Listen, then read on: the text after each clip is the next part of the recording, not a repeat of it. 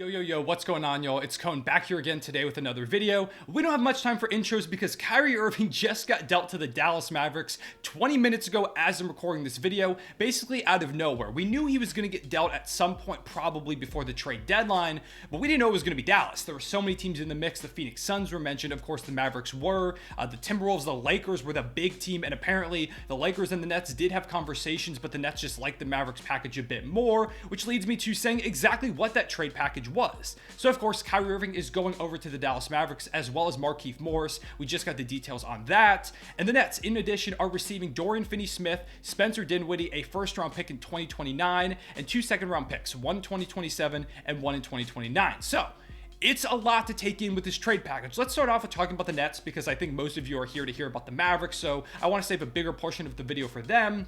But I do think for the Nets, this isn't a bad haul for Kyrie. A lot of people are going to say, Kyrie's incredible, why couldn't you get more? You have to consider all the off-the-court stuff, of course, the fact that he's an expiring contract, and it seems like he's really leaning towards going to LA, if possible, when this contract does expire. I mean, he publicly told Brooklyn as well, I want to be traded, which doesn't exactly give them much leverage. So I'm not surprised at all that he didn't go for that much, but I do think that this is still a pretty good package for Brooklyn. Of course, you want to try and remain somewhat competitive because you're not going to trade Kevin Durant now. You're going to try and bring in some solid role players, see if you can convince KD to stay. Maybe he requests a trade in the offseason and there's nothing you can do, but at least they're trying to remain competitive. And I think Spencer Dinwiddie gives them a really solid point guard. He's not going to fill the role of Kyrie exactly, but he's still going to give you some really high level play. And of course, it's just fun that he goes back to Brooklyn where it kind of all started for him and he truly grew into the player we've seen him as today.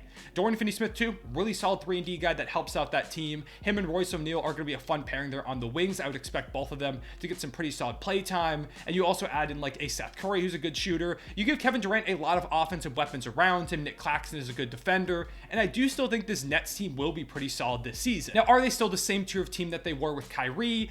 Probably not. Just his elite shot making and his ability to take a load off of Kevin Durant offensively, I think goes a long way. It's not going to be the same type of team, although we will have to see how these pieces fit with Kevin Durant when he comes back and is healthy. But at this point, I just don't see them beating the other teams in the Eastern Conference, including that top three of the Sixers, the Bucks, and the Celtics. I think those three teams are pretty clearly the best in the Eastern Conference right now. And I think with this move, despite it not being a terrible step back, I do think it is a step back, and the Nets are now a little bit below those squads.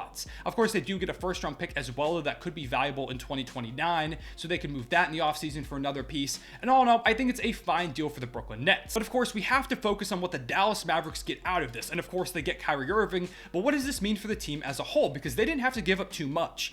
Dorian Finney-Smith is a solid player. I like him a lot.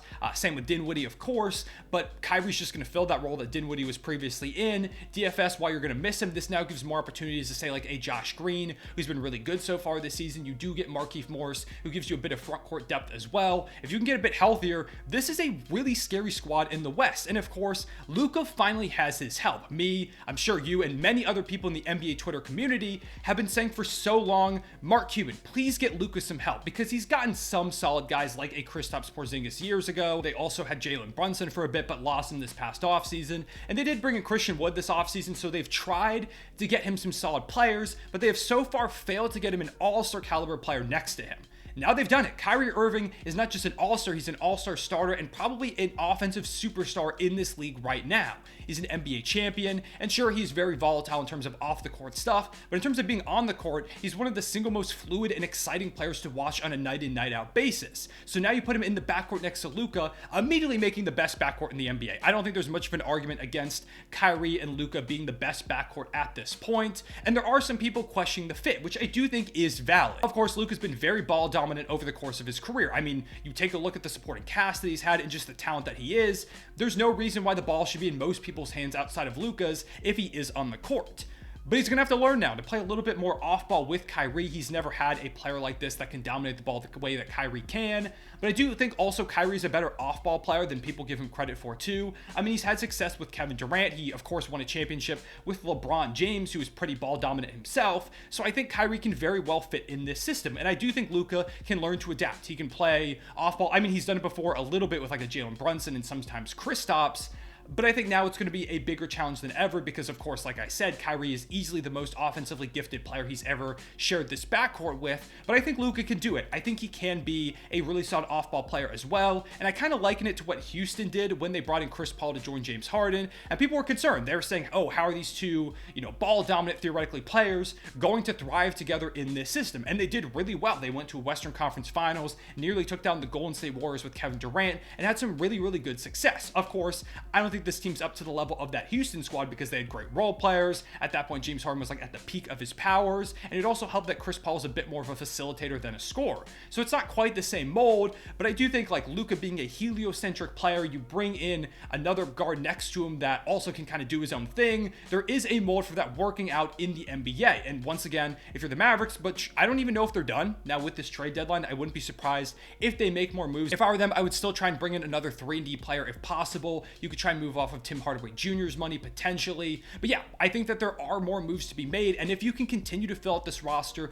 with solid 3-and-D players that can play well off ball, as well as some better defenders too, because of course there is a bit of a concern defensively with this backcourt with Kyrie and Luka, although I do think they've both improved as defenders when you also consider the fact that they're going to be sharing the court a lot of time with Christian Wood, who also makes this a really potent offensive trio here in Dallas. But defensively, you're not going to get much out of that trio. So they are going to have to make some more moves, I think, to shore up that defense too. But all around, if they can continue to work and build this thing up, this could be a really successful grouping in Dallas. But there is also, of course, the concern, and we haven't gotten any reports yet. I'll double check here on Twitter because news continues to come out. We don't even know if Kyrie's like committed to re-signing at this point. I figured when Kyrie was traded, we were going to get a report that, yeah, we've got nothing out here anymore. But I was figuring we were going to get some kind of report that Kyrie was like willing to re-sign, or he was going to immediately sign this like 2, 3, 4-year extension with whatever team he got traded to, because if I'm the Dallas Mavericks, if I'm going to give up pieces for him, I want to know that he's going to be here long term. We don't know if Kyrie wants to stick around in Dallas long term, and that really does hinge a lot of what this trade is going to be. We don't know if Kyrie's going to stay here, or there's a big chance that he just leaves in the offseason. And if he does, the Mavericks are right back to square one. But I do want to give them a lot of credit for trying something, because like I said, so many of us have been yelling for so long, get Luka an all-star caliber player, get him some help, bring somebody in to just help him out and try and continue to push, because he's been one of the best players in the league these past few seasons, and him not having an all-star next to him felt very like LeBron on the Cavs reminiscent. He did have like an all-star here and there, but most of the time that was LeBron turning a player into an all-star rather than them doing it themselves.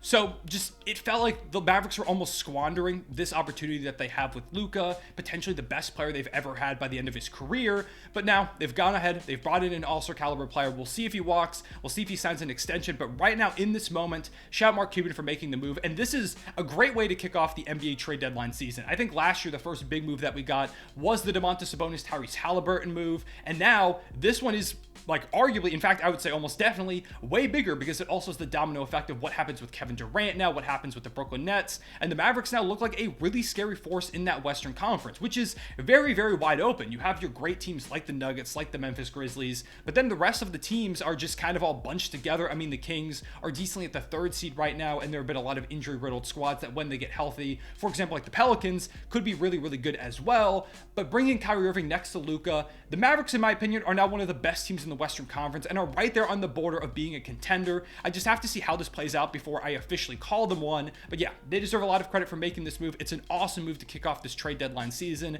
and I think the Mavericks got a big win out of this one. Once again, we'll have to see if they end up losing him, but even if they do, they didn't have to give up any major pieces to bring him in. So all around, I think this was a W of a trade. Same with the Brooklyn Nets. I think they did a good job of bringing some solid pieces. They did talk with some other teams like the Lakers, but apparently they just like this Mavericks move more, and I guess I can see why. With the role players that they bring in, they're focusing on staying competitive rather than bringing in potential draft capital with a Lakers trade or some of the other teams. So maybe that means Kevin Durant is going to stay. Maybe they've already talked to him, but once again, we will see. And who knows, maybe a KD return to the Thunder could be coming soon. In fact, you might be getting a video on that very, very shortly. But for right now, I appreciate y'all watching. Make sure to leave a like and subscribe if you enjoyed. Hit the notification bell so you don't miss out on any of these videos, and go ahead and comment down below letting me know, what do you think of this trade? Do you think it was a W for both sides? Do you think that one side got fleeced? Let me know all that down below. I appreciate y'all watching. I'll see y'all later. Real one, say it back.